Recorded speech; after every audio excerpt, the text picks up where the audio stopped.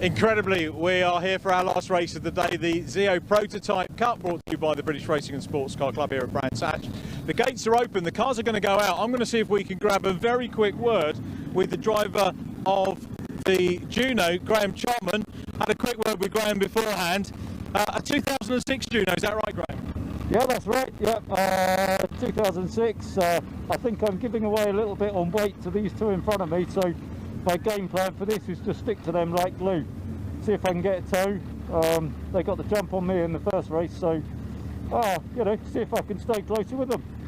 You came through for a podium though, from 4th on the grid, so not a bad day thus far. Yeah, so far so good. Yeah, yeah. What sort of things do you learn after race 1 and maybe change for this one? Car setup. This is only, I think, my 4th race in this car. Okay. So we're learning all the time with it, and we found that there's a lot of camber on the wheels, which initially we thought was right, but now we're thinking is not such a good thing. So we've been adjusting that. We've made some damper adjustments. Basically trying to find a bit of time, not just in me, but also in the car. So I've got an understeer problem around Druids and clearways. Yeah. I had the same at Luffield at Silverstone, so we're trying to dial that out. So I think the next thing is going to be a good test day somewhere, and focus on the car and try and make it quicker. So I need to beat those two. As well as all the regular things you mentioned, like camber, you've then got aero, serious aero on the back of this. How do you, as a national racer, learn about that sort of thing? How did I learn about that? I jumped in this and pressed the loud pedal and see what happened. This circuit's tricky because where I've driven this before is Castle Combe and Silverstone, where there's loads of corner speed, and it's all about just being brave. And I'll let you. It's a bit different. Okay, Graham, we've got to let you start the car. Thanks for chatting to us. Apologies for cutting that short. Obviously, I've got to get the car going. The whistle's blown, which means the cars are getting ready. Mike Genvy, who was second in the first race, started on pole position.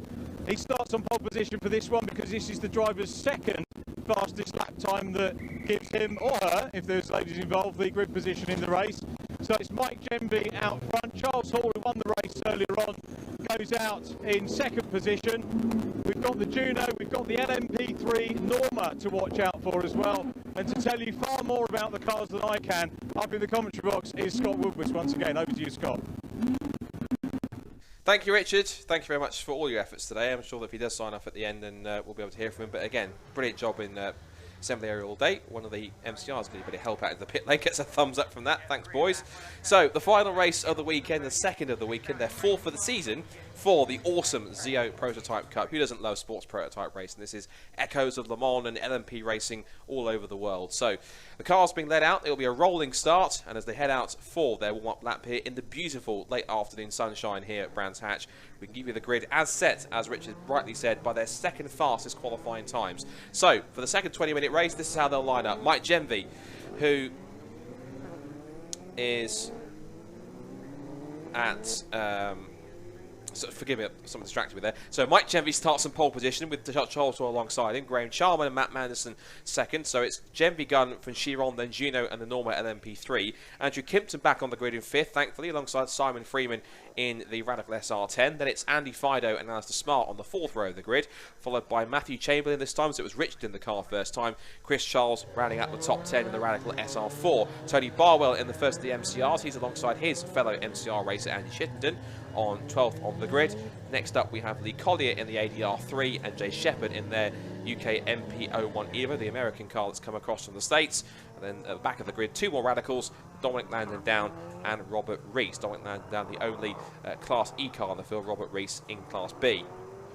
So what a thriller of a battle we had at the start of the race, all the way through from both Charles Hall and the race victory race winner and Mike Genvy with some brilliant daring moves. Is Charles Hall going to pull off the same again at some point today? I'm pretty sure if he does get this opportunity, he will take it with both hands.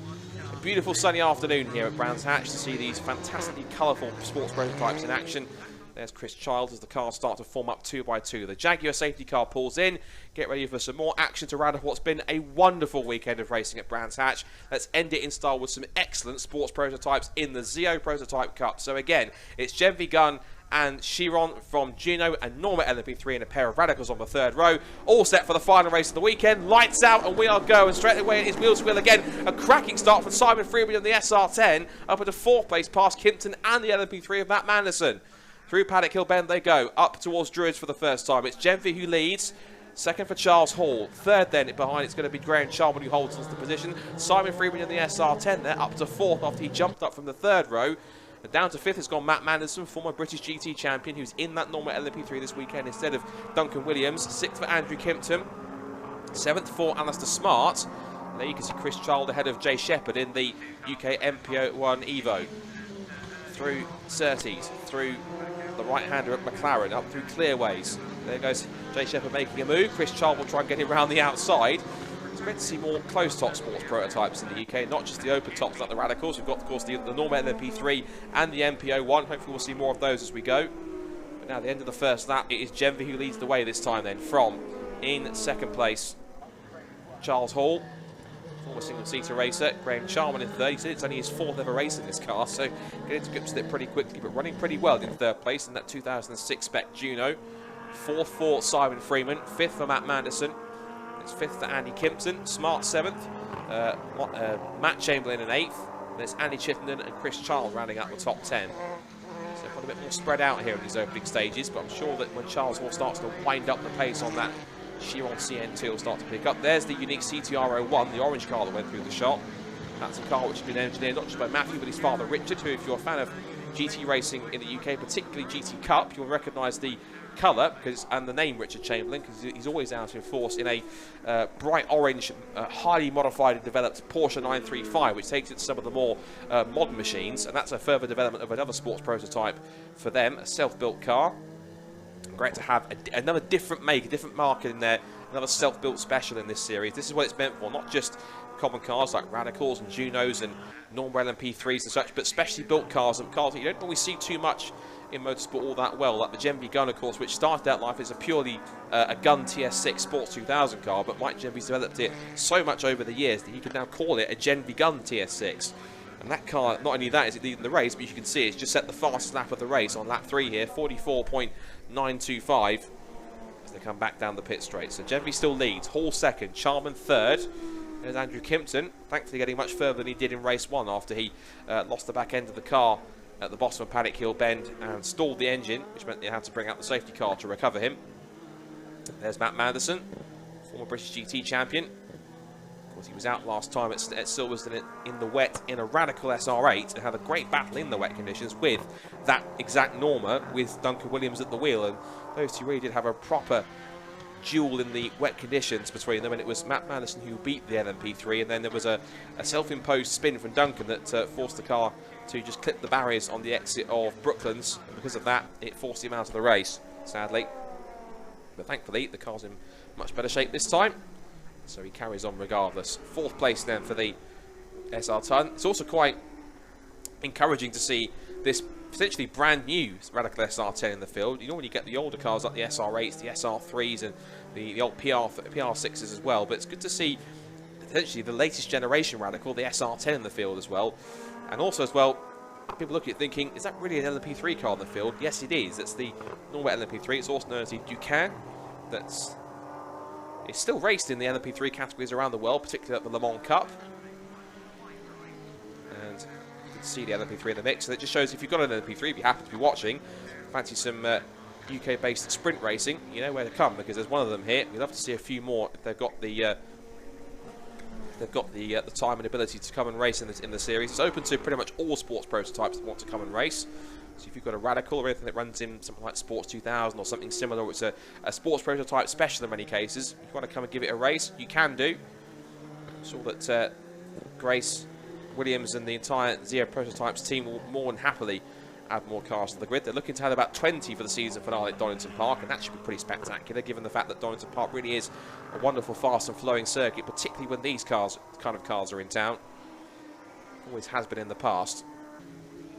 There goes Manderson. There goes Andrew Kempton. That must give him some encouragement, so that he can keep up just about with a Norma LMP3 car. His little Radical PR6 must give him some confidence. So just looking at the front, it's now Mike Jemmy with a much stronger lead this time. 4.8 seconds now to the second place man Charles Hall. So Hall not quite on the same pace he had in race 1. About half a second off per lap at the moment. Almost 5 seconds the gap between those two. Graham Charman stable in 3rd place. There goes Kempton. It's then Simon Freeman in 4th, forgive me. Tony Freeman drove the car in the first race earlier today. Likewise for the Chamberlains, it was Richard Chamberlain in that car, and Matthew at the wheel of it now. There's the Juno. Even though the cars are a bit spread out, the main thing about this series is the spectacle and the noise and the sight of these cars on track. They are absolutely spectacular. There goes Charman. A spit of flame on the downshift as he heads into Paddock Hill Bend again.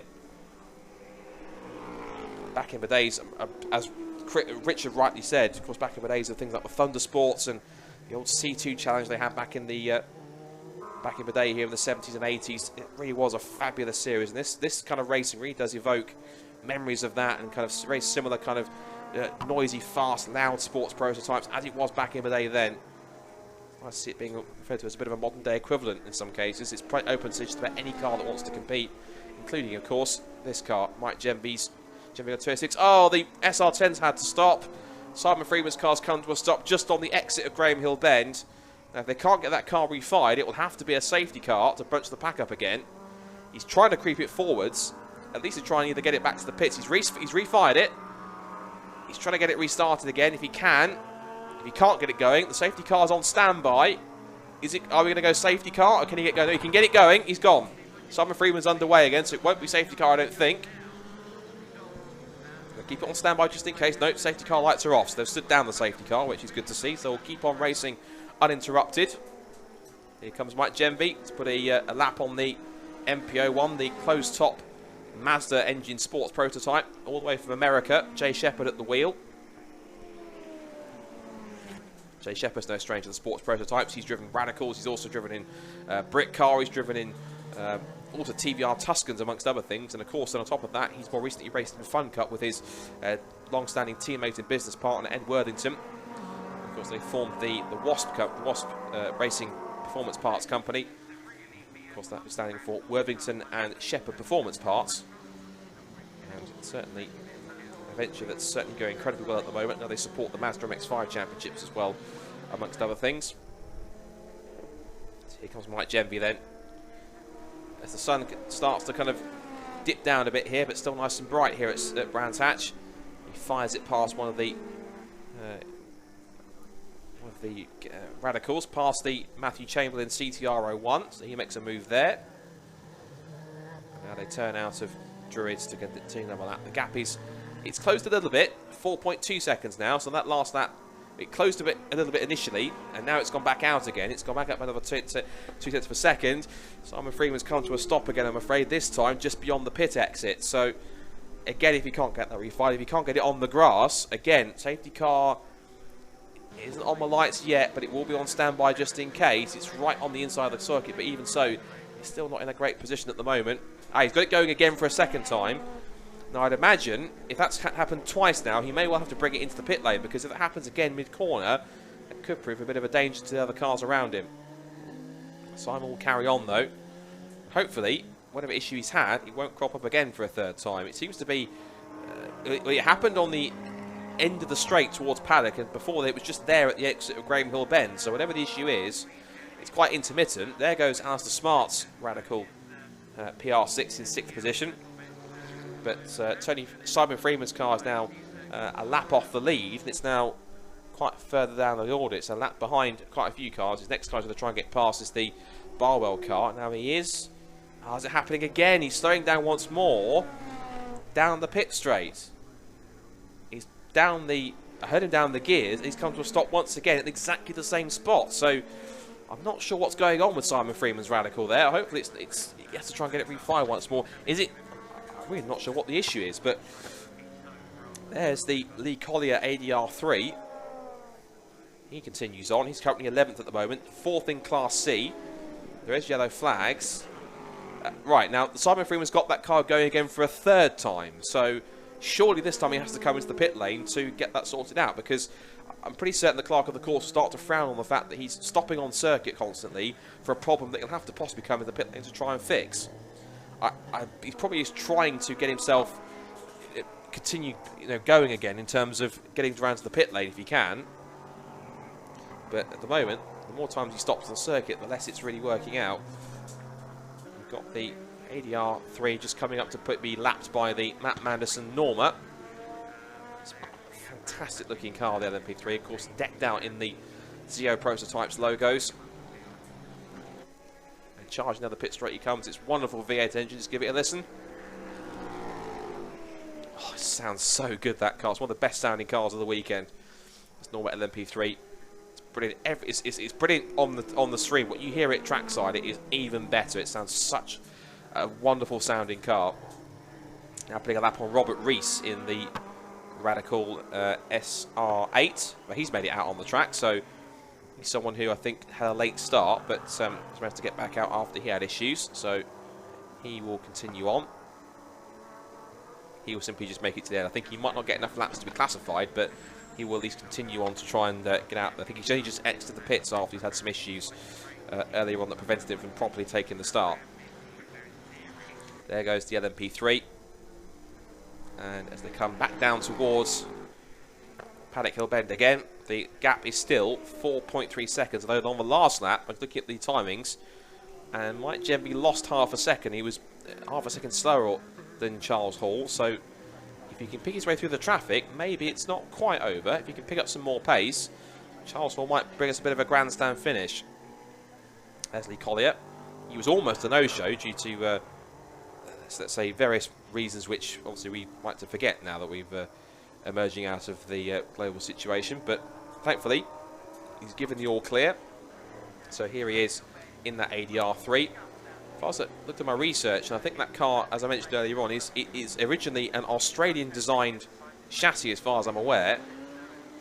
Oh, it has its roots or its origins in Australia, so it's great to see a different car that, again, you don't normally see a car like that in the UK, and when it does have what does exist, everybody has a championship or a series to race in. But this is what the point of ZEO Prototypes, to allow cars, not just all the Radicals and Sport 2000 cars and other machines that are similar that you can see in the UK that race here constantly, but other cars who, up until now, that are sports prototypes and are made by unique and smaller manufacturers, didn't really have a place to race, but now they do. And the premise is for next year to, not only before the end of the year, to have around 20 cars for Donington Park, and then I know that Grace is getting ambitious to try and have even a 25 to 30 car field for the next season. So hopefully all the interest and the spectacle for this season will have grown and made quite a few people quite inquisitive about getting involved. It'd be fantastic to see. And the setup they have in the paddock with the dedicated transporter and the catering and all the support they give them, it's brilliant to see that the sports prototypes are trying to get back to prominence here and have a proper all-comers sports prototype series in this country. And it's great to see that Grace and Duncan and everyone at ZEO are leading the charge to try and give us a nice, healthy grid of cars. Imagine, maybe in a year or two's time, a grid of about 25 to 30 of these unique sports prototypes, all different shapes and sizes. It'll be a fantastic spectacle. We've seen it in the past, and we can see it again, and I'm sure there'll be an appetite for many people to see that as the next couple of seasons goes on. So just keeping tabs on the times, Charles Hall's got the gap down to 3.1 seconds. And there's 6.5 minutes to go, so maybe this isn't done just yet. Maybe there's possibly an opportunity for Charles to get a bit closer. The gap has gone down to 2.5, and yet again the Simon Freeman SRT has come to a stop. That's the 4th time it's happened. So, the safety car again is stopped ironically just in front of the safety car where it's parked up on the exit at Graham Hill Bend. Once again it gets going, it's either one of two spots that it has that happen. It's either exiting Graham Hill Bend, or it's on the approach, just at the pit exit, towards Paddock Hill Bend. It's incredibly strange, but I'm not quite sure why it does that. Whatever the issue is, unfortunately we don't have the capability of having any podium interviews, but if we can find, maybe post-race we can find out and see what the issue might have been. So 5.5 minutes to go. And the race continues on. And what is the gap now between the top two? Oh, it's down to 2 seconds. So maybe this race isn't over. At the moment, Charles Hall's managed to wind up the Chiron now. And He's taking half a second a lap out of Mike Genvy, and there is enough time to catch him. So I think we're going to have another fantastic battle royale at the front between the Genvy gun of Genvy and Charles Hall in that Chiron. So this is all being done whilst trying to pick their way through the traffic, which is always the tricky thing to do. There is Genvy, just put another lap on the J Shepherd car, and there in the background, the red car in the shot, just at the top of the screen, was Charles Hall. There he is.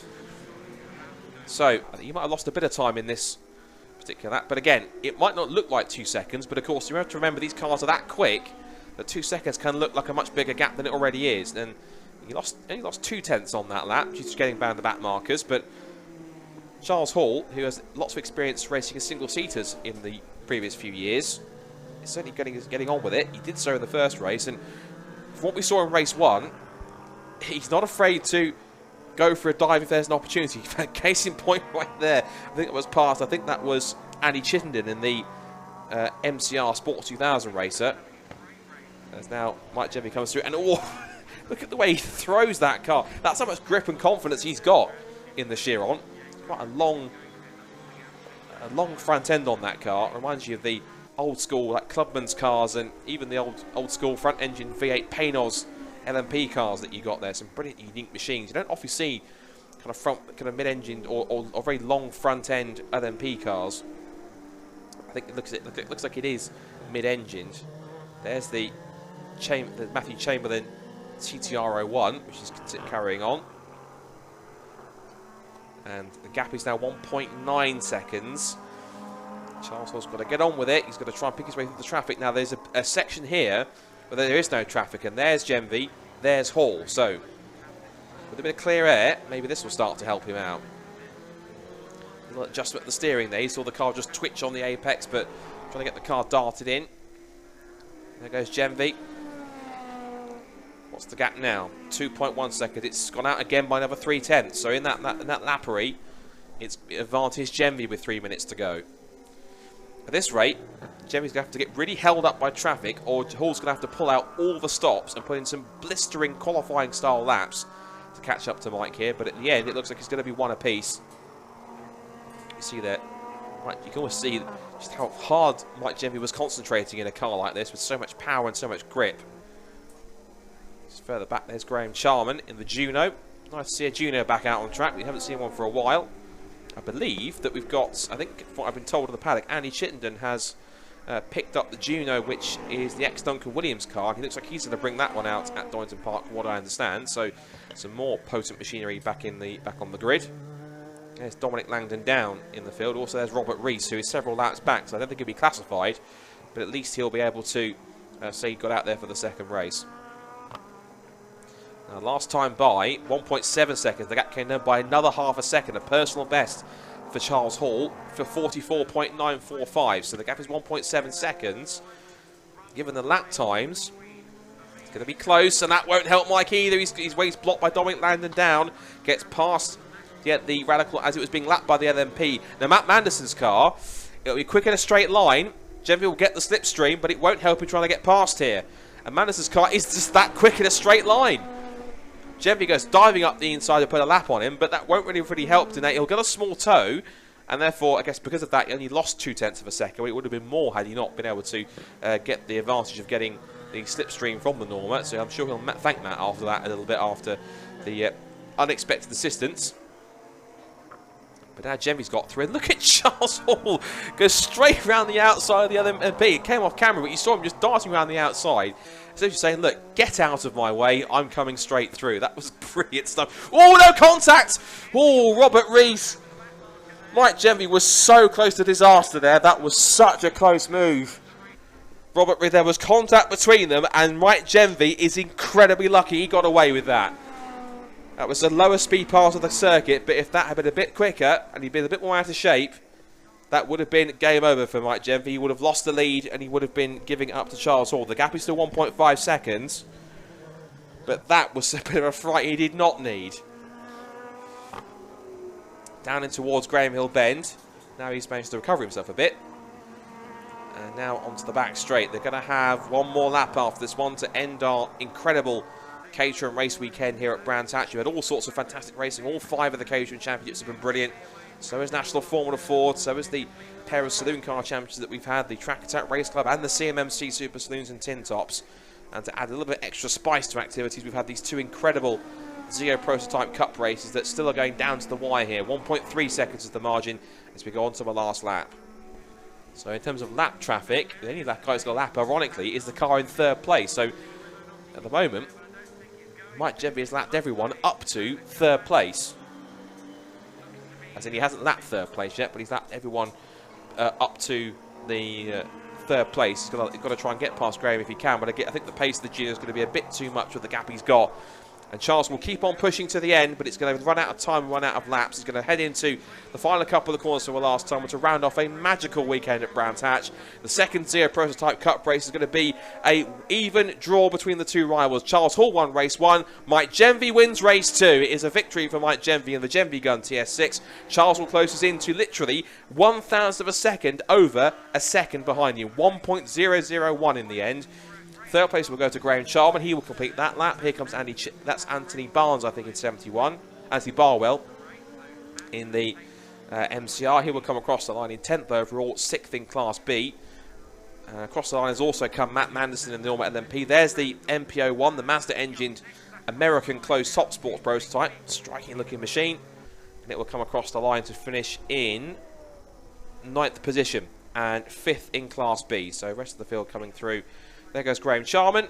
He will pick up 3rd in Class B and 3rd overall. He'll be pleased with that. Good effort from everyone involved there. And as they head back into the pit lane, Mike Genvy signals to the marshals and says, "Thank you very much."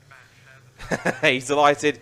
He's punched in the air. He's very happy with that. And he knows he'll feel very lucky after he got away with that contact. But even so, he should be delighted with that nonetheless. So, quick run through the results, if they come up on screen. If not, I'll run you through the finishing order anyway. So Mike Genvy then, as they'll come up scrolling on the screen through the classes, just in case. Mike Genvy wins overall from overall in Class B. He wins by 1.001 seconds, with Charles Hall in 2nd place in the Chiron SEN2. Graham Charman is 3rd, some 40 seconds back in the Juno. It's then a 4th place overall and a Class A win for Matt Manderson in the Norma LMP3. Andrew Kempton is 5th from Alistair Smart in 6th, but it's Matthew Chamberlain in the CTR01 in 7th place. Chris Child 8th in the Radical, 9th for the MPO1 Evo of Jay Shepherd, 10th for Anthony Barwell in the MCR, 11th for Lee Collier in the ADR. 12th, Dominic Landon down the Radical SR3. Andy Chittenden was 13th in the second MCR. And then Tony Freeman, who did eventually pit after his problems, was 14th. And then Robert Rees looks like I think he might be classified. If not, he has shown as a finisher in 15th place there in the Radical SR3.